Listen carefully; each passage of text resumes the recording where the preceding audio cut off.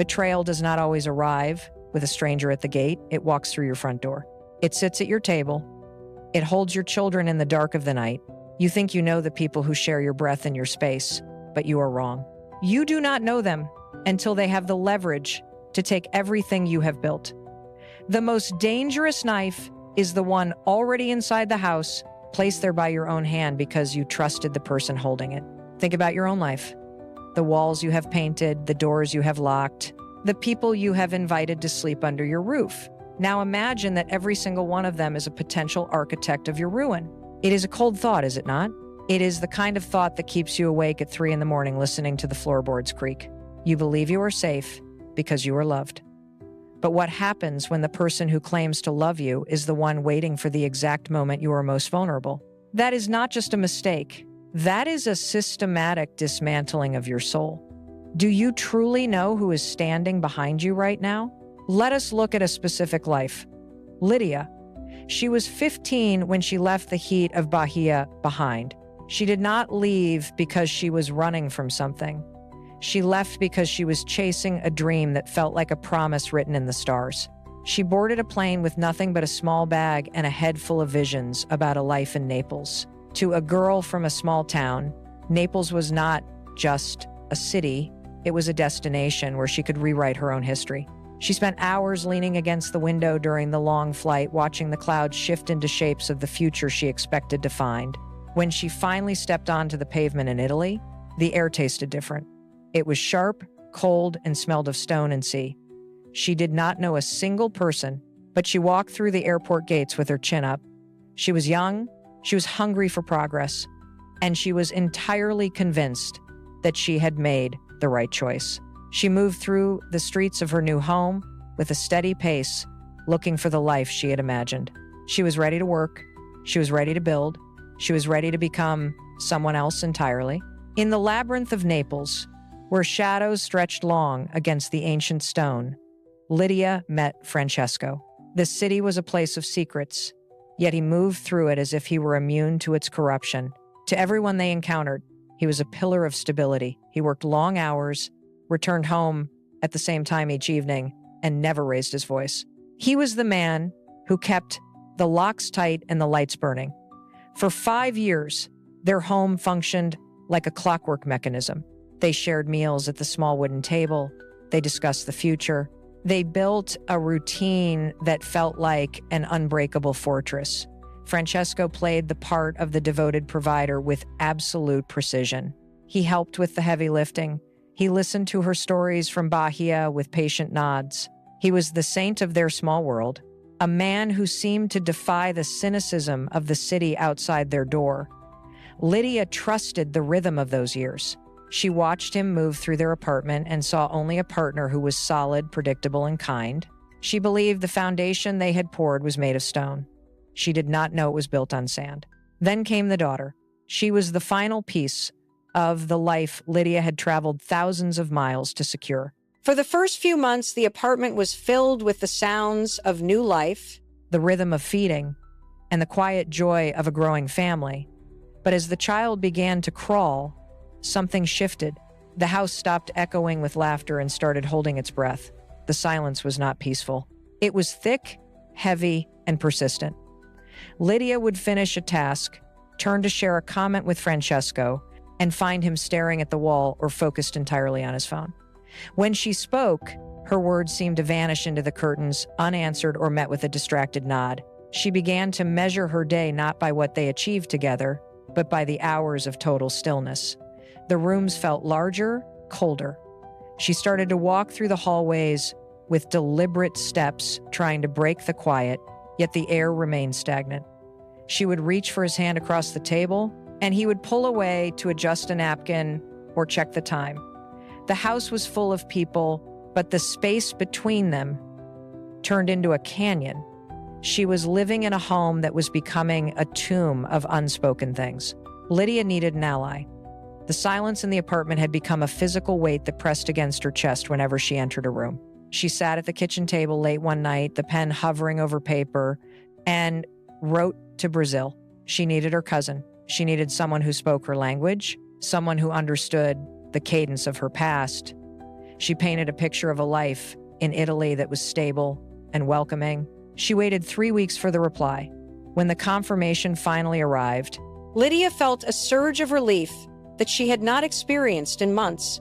She saw the arrival as the final piece of the puzzle, a way to anchor herself against the growing distance between her and Francesco. When Anna finally stepped off the train at the Naples station, Lydia grabbed her hands and held them tight. She did not just see a cousin, she saw a lifeline. They walked back to the apartment together, talking over each other in rapid Portuguese, their voices filling the empty hallways. Lydia believed she had finally secured her future. She opened the door, invited her own blood into the sanctuary she had built, and waited for the house to feel like a home again. She did not know she was handing the keys to her undoing. The first month was a blur of shared laughter and stories from home. Anna moved through the apartment with an ease that Lydia had long since lost. They spent their mornings in the kitchen, preparing coffee and recipes that tasted like Brazil, their voices weaving together in a constant, comforting rhythm. Lydia felt the ice around her heart begin to thaw. She started leaving the house for errands, trusting that the apartment was in good hands. But the shifts were microscopic. It started with the seating. Lydia would return to find Anna sitting in her chair at the table, a position that had been hers for 5 years. She would find her own chores already completed, her own methods replaced by Anna's habits. Francesco began to linger in the kitchen, his posture relaxed, his eyes tracking Anna as she moved from the stove to the counter. When Lydia spoke, the air felt different, as if her presence were an interruption to a conversation already in progress. She watched from the doorway, a plate in her hand, noticing how the light in the room seemed to bend toward them. She pushed the feeling aside, telling herself it was just the comfort of having family near. But the floorboards beneath her feet felt less stable, and the home she had built began to feel like a space where she was merely a guest. Lydia tried to reclaim her place by initiating dinner plans, but the rhythm of the house had shifted beyond her reach. When she entered the living room, the conversation stopped. Not a pause for breath, but a total cessation of sound. Anna and Francesco would look at each other, a brief, sharp exchange of glances before turning their attention back to the table. Lydia stood by the doorway, her hands empty, watching them finish a sentence she was never invited to hear. She began to notice the small, deliberate erasures of her presence. Her favorite coffee mug was moved to the back of the cabinet. The grocery list she kept on the counter was replaced by a new one, written in handwriting that was not hers. She spent her afternoons in the hallway, listening to the muffled sound of their laughter behind closed doors. When she walked into the kitchen to help, she found the work already finished, the counters wiped clean, and no space left for her to contribute. She was no longer a partner in the home. She was a witness to a new, private world that functioned perfectly without her. The house felt colder, the hallways longer, and every time she moved through the rooms, she felt like an intruder in a space she had once owned. The morning sun cut through the curtains, hitting the kitchen floor in sharp, clean lines. Lydia moved through the motions of the day like a clockwork mechanism. She brewed the coffee, set the table, and placed the small breakfast plates precisely where they had always gone. Francesco was at the window, staring out at the street, while Anna hummed a low melody near the stove. It was a domestic scene so perfect it felt scripted. Lydia poured a cup for each of them, her hands steady, her focus locked on the simple utility of the task. She kissed her daughter on the forehead and checked the diaper bag. She grabbed her keys from the hook by the door, the metal biting into her palm. She paused for a second to look back at the room. Everything was in its place. The coffee steam rose in lazy spirals. The morning light was warm. There was no argument, no sharp word, just a heavy, suffocating normalcy that coated the furniture like dust. She stepped into the hallway, shut the door behind her with a solid final click, and turned the lock. She walked down the stairs, her steps echoing in the stairwell, completely unaware that she was leaving the only life she had ever known for the very last time. Lydia returned home earlier than she had anticipated. She inserted her key into the lock, expecting the usual sounds of the house, the television, the clatter of kitchen utensils, or the soft babble of her daughter. She pushed the door open. Nothing. The hallway was swallowed by a thick, stagnant air that clung to her skin. She dropped her bag on the floor, the sound unnervingly loud in the vacuum of the space. She walked into the living room, but the furniture sat in rigid, silent rows. The kitchen was pristine, yet cold as if it had not been used in hours. She checked the crib in the nursery. It was empty. The silence was not just an absence of noise, it was an active force pressing against her eardrums. She moved back into the corridor, her footsteps sounding heavy and forced against the hardwood. Every door she passed was shut tight. The air grew heavier with every step she took toward the master bedroom. She felt a phantom pressure in her chest, a physical warning that the home she had built was no longer the one she had left that morning. She reached the door, her hand hovering over the wood, and stopped. There was no sound, only the suffocating weight of a secret waiting to be exposed. Lídia did not knock. She did not call out. Her fingers tightened around the cold brass knob until her knuckles turned white. She twisted it, the latch clicking, with a sharp, metallic snap that echoed through the entire hallway. She pushed. The door swung inward, moving with a slow, agonizing resistance. The room beyond was dim, illuminated only by the thin sliver of light from the hallway. Her eyes adjusted. The bed was in disarray. The sheets were twisted and pulled from the mattress. She saw the movement before she identified the shapes. A sudden shift, a gasp, and the unmistakable sight of her cousin and her husband tangled together in the wreckage of their marriage. The world did not fade, it fractured. Every memory, every shared meal, every promise made in this room evaporated in a single, suffocating heartbeat. She could not breathe, she could not scream. She stood in the doorway, a ghost in her own home, watching the foundation of her life collapse. The air in the room felt frigid, biting, and absolute. Francesco looked up, his expression shifting from surprise to a hollow, frantic panic, but Lídia was already gone from the inside. She was staring at the end of everything she had ever known. The silence in the room was brittle, ready to shatter. Lídia did not move. She felt the blood drain from her extremities, leaving her fingers numb and her pulse a frantic drum against her ribs. Francesco scrambled, his movements clumsy and desperate as he tried to cover the space between them. He opened his mouth, but the sound was thin, a pathetic attempt to explain the impossible. Lídia took a half step back, her heel catching on the carpet. It was a physical rejection of the space they occupied. She looked at his hands, then at the floor, refusing to meet his eyes. The betrayal was not just in the act, it was in the deliberate, systematic deception he had built around their shared life. She felt the bile rise in her throat, a sharp reminder of the poison now flooding her veins. When she finally spoke, her voice was a hollow rasp, stripped of all warmth. She asked him how long he had planned for this moment. He stuttered, his gaze darting toward the corner of the room where Anna sat, motionless and cold. The weight of the truth began to solidify, turning the air into something thick and impossible to inhale. Lídia pressed her hand against the doorframe to steady herself, the wood digging into her palm as the final mask of their relationship crumbled to the floor. The room narrowed. Lydia's vision blurred at the edges, yet the sound of Anna's voice cut through the haze with terrifying clarity. Anna did not hide. She did not shrink away. She sat upright, her hands resting flat against the mattress, and leveled a look at Lídia that held no remorse. She spoke, her words slow and measured, turning the air in the room into lead.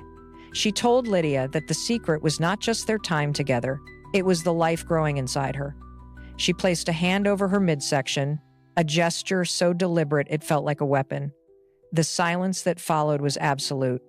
Lídia felt the floor tilt beneath her feet. The betrayal had shifted from a past event to a future nightmare. She looked at Francesco, expecting a denial, a defense, anything to break the weight of the claim, but he remained frozen, his eyes fixed on the wall behind her.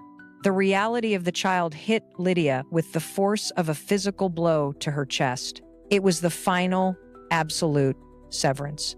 And she realized then that she was no longer fighting for a marriage, but for the very core of her existence.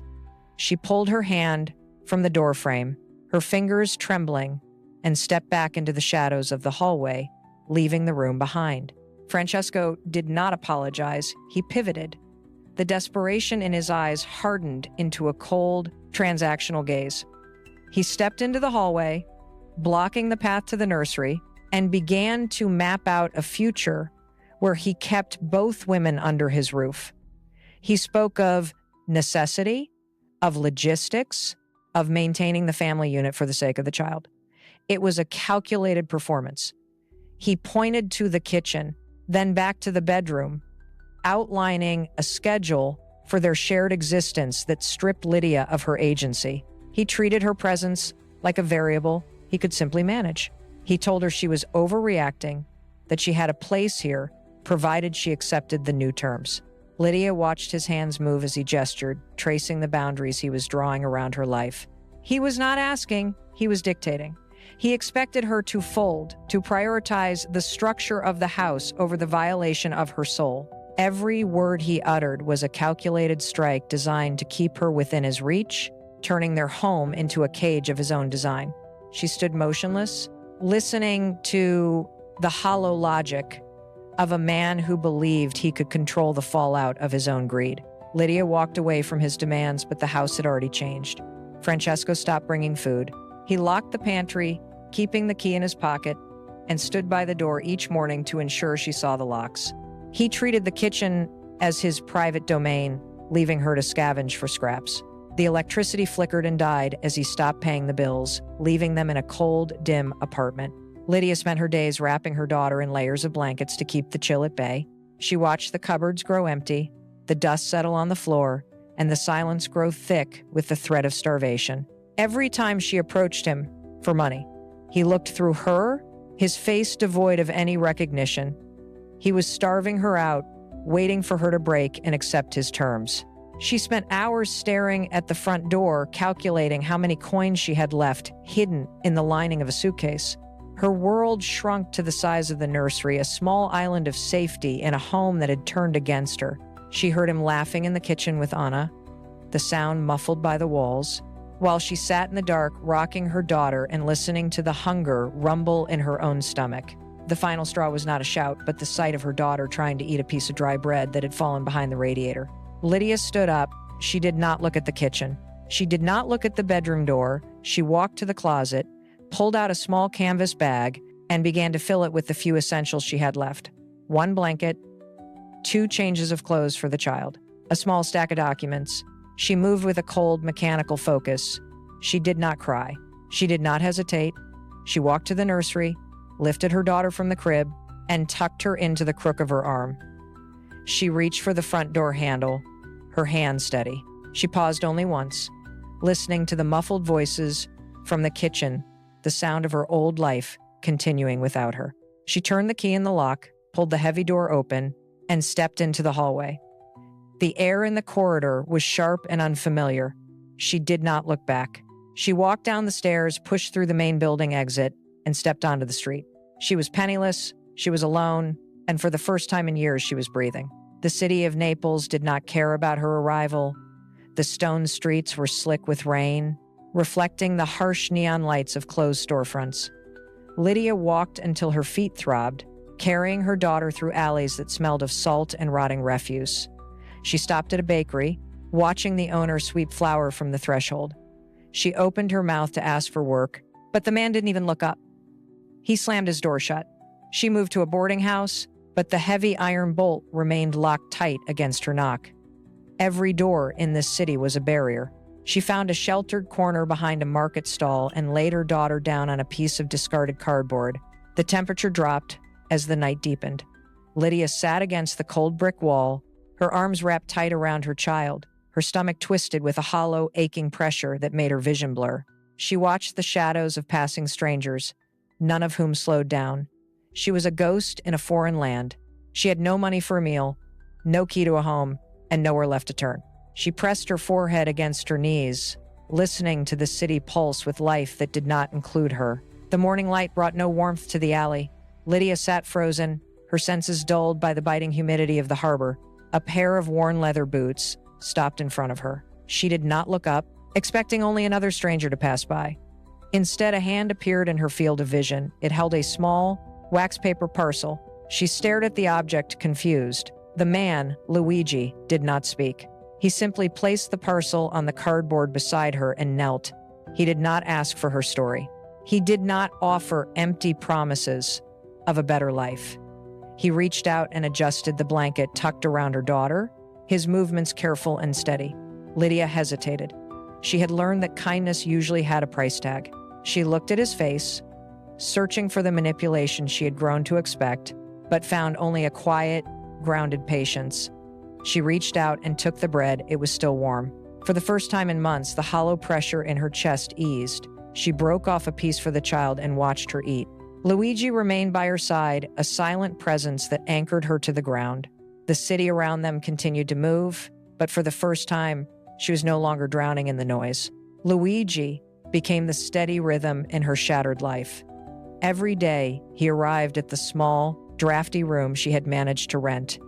He did not ask her to talk. He brought wood for the stove and sat in the corner, mending broken chairs or sharpening knives, his presence filling the empty space. One evening, the weight of the past surged back. Lydia saw a shadow in the doorway that reminded her of Francesco, and she stood up, her breath hitching, demanding he leave. She shoved a stack of papers off the table in a sudden burst of panic. Luigi did not flinch. He did not raise his voice. He simply knelt, picked up the scattered pages, and placed them back on the surface without a word. He looked at her, his expression plain and devoid of judgment. He poured a cup of water, set it down, and stayed until the tremor in her hands stopped. He taught her that a home was not built on promises, but on consistent, small actions. He helped her organize her meager belongings, showing her how to track her few coins so she would not be cheated again. Slowly, the frantic edge in her movements softened. She stopped looking at the door every time a floorboard creaked. She began to breathe as if the air belonged to her. Lydia started with nothing but a ledger and a relentless need for order. She began by managing small logistics for local merchants, tracking every shipment and penny. The work was brutal. She spent nights under a single flickering bulb, cross-referencing manifests until her eyes ached. There was a moment 6 months in when a supplier tried to short her on a bulk delivery. A weaker version of Lydia might have folded. Instead, she walked into his warehouse, stood her ground, and refused to leave until the inventory was corrected. The supplier relented. That was the shift. She moved from the drafty room to a small office. She hired staff. She built systems that did not rely on luck, but on precision. Years blurred into a cycle of early mornings and late nights. She learned the language of contracts, the leverage of negotiation, and the strength of a reputation built on ironclad reliability. She invested every profit back into the business, upgrading her equipment and expanding her reach. She was no longer just surviving, she was constructing a machine. By the end of the 5th year, the small desk had become a suite, and the ledger had evolved into a complex network of assets. Lydia had not just found a path out of the dark, she had paved it. The lobby was a cathedral of marble and polished glass. Lydia walked across the expanse, the sound of her footsteps muffled by the heavy wool rugs. She stopped at the center, tilting her head to inspect a chandelier that hung 3 inches off center. She signaled to the maintenance crew, watching as they adjusted the tension cables until the light hit the floor at the exact angle she demanded. It was not just a building, it was the physical manifestation of her survival. She walked to the grand staircase and ran her palm along the mahogany railing.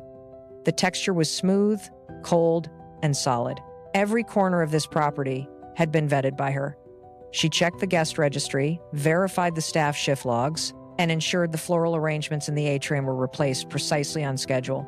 She moved to the tall windows overlooking the city. From this height, the streets of Naples looked like a map she had finally learned to navigate. She did not look back at the past. She looked at the horizon. She had built a fortress where no one could enter without her permission. She stood at the top of the stairs, watching the doors, secure in the knowledge that she was the architect of her own safety. The afternoon rush brought a steady hum of activity to the hotel lobby. Guests moved with purpose across the polished floors, checking in and out under the watchful eye of the concierge. The atmosphere was one of quiet, expensive efficiency. Then, the rhythm faltered. The heavy revolving glass doors groaned as a man stepped through from the street. He hesitated, his shoulders hunched, his movements jerky and uncertain. He looked out of place among the marble pillars and the hushed tones of the elite. The doorman shifted his weight, his eyes narrowing, ready to intercept, but the man pushed past him, stumbling toward the front desk. He looked desperate, his face was gaunt, his eyes darting frantically around the expansive room as if seeking an exit or an opportunity. He reached the counter and leaned on it, his knuckles white against the mahogany. He did not look at the decor. He did not look at the staff's name tags. He only looked at the clerk, his voice raspy and thin as he began to plead for any kind of work. He was a man who had run out of options, begging for a chance to survive, unaware that he had walked directly into the heart of the life he once discarded. Francesco did not wait for an answer. He kept talking, his words tumbling out in a frantic rhythm, describing his hunger, his willingness to scrub floors, to do anything. He was looking down at his own trembling hands resting on the counter. The clerk sighed, glancing toward the grand staircase for guidance. Lídia emerged from the office, her heels clicking against the marble with rhythmic precision. She walked toward the desk, her expression unreadable. Francesco heard the approach and lifted his head, ready to plead his case to a manager. He stopped mid-sentence. His jaw went slack. The air in the lobby seemed to thin, turning cold and sharp. He looked at Lídia. He looked at the vast, opulent space surrounding her. He looked at the gold leaf detailing on the ceiling and the crest etched into the glass doors. The name on the wall behind the desk finally registered. His grip on the counter tightened until his fingers turned bloodless. The sound of the lobby, the hushed conversations, the distant hum of the city vanished. He took a half step back, his boots scuffing against the polished floor, his entire frame rigid. He was not just in a hotel. He was standing in the center of the life he had once destroyed, and the owner was looking directly at him. The lobby went silent. Francesco shifted his weight, his knees hitting the marble floor with a sharp, echoing crack. He did not care who was watching. He did not care about the guests or the staff. He collapsed forward, his palms pressing flat against the cold stone, his head bowed low in a posture of complete surrender. "Please," he whispered, the sound raw and jagged in the vast space. "I did not know. I had no idea this was yours." He looked up, his movements uncoordinated and frantic. He crawled forward a few inches, his hands trembling as he reached out toward her, though he stopped short of touching her. "I am starving, Lídia. I have nothing left. Please, just listen to me. I need a chance. Any chance." He gasped for air, his throat tight, his eyes wide and pleading. "You were always the strong one. You always knew how to survive. Help me. Just this once. Show me some mercy." He waited, his chest heaving, every muscle in his body coiled in desperate anticipation of her reaction. He was a man who had lost everything, begging for a fragment of the life he had once systematically dismantled. She watched him. He was a man kneeling on cold stone, his breath hitching in the quiet air. She searched for the old familiar ache in her chest, the one that had kept her awake for years. It was gone. She looked at his hands, those same hands that had once held her life, and saw only the dirt beneath his fingernails. There was no anger left to burn. There was no love left to mourn. The memory of the betrayal felt like a story told about someone else, a distant ghost that no longer held any power. Her pulse remained steady. Her skin felt cool and unaffected by his desperate proximity. She stood motionless, observing the geometry of his collapse as if studying a broken object found on the side of a road. She was not cruel.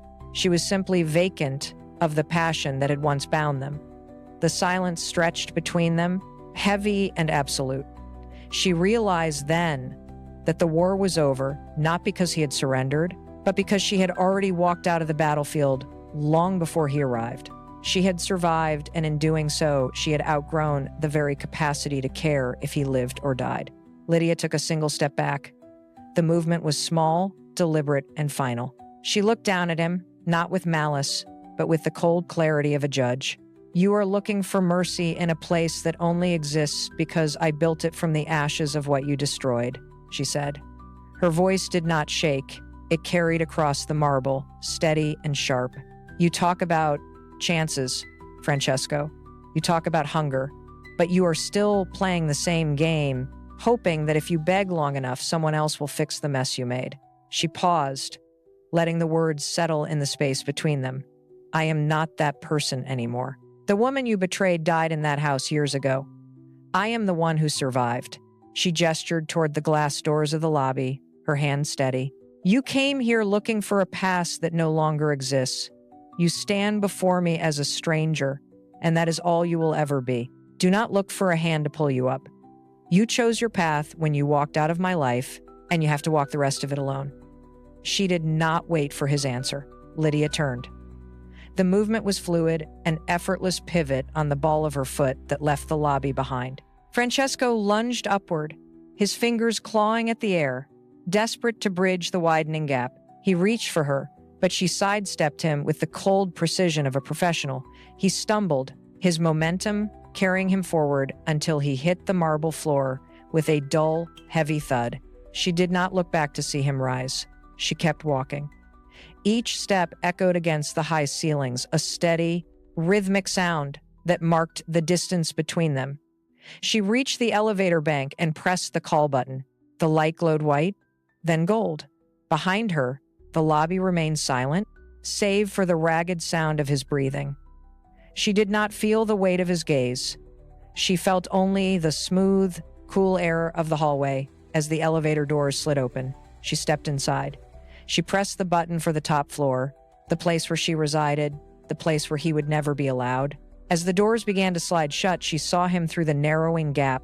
He was still on his knees, staring at the space where she had just stood. The doors clicked into place. The lobby vanished. She was gone. The elevator doors opened to the silence of her private office. She walked to the window, the city lights of Naples blurring into a soft golden haze below. She set her keys on the desk, a sharp, metallic sound that signaled the end of the day. People often looked at the height of this building and assumed her victory was written in the marble and the glass. They were wrong. Lydia didn't win because she sat in a chair of power. She won because she had the guts to walk out that door when she had nothing but the clothes on her back and a child to feed. She had stood in the gut-wrenching cold of poverty, feeling the world collapse, and she had chosen to move forward anyway. That was the real victory. It wasn't about the empire she built. It was about the woman who survived the wreckage. She looked at her reflection in the darkened glass. The lines on her face were maps of choices made in the dark. She did not regret the struggle. She owned it. Because when you reach the lowest point and refuse to break, you stop being a victim of circumstance and start being the architect of your own reality. If you are sitting there right now, feeling like the ground has been pulled from beneath your feet, listen to me. You are looking at the wreckage of a relationship and mistaking it for the wreckage of yourself. Stop. The betrayal of someone else is a reflection of their character, not a measurement of your value. It does not define your worth. It cannot touch the core of who you are. People will leave. They will lie. They will break the promises they made with their hands on your heart. Let them. Their darkness is not your burden to carry, and it certainly cannot extinguish your light unless you grant them the permission to do so.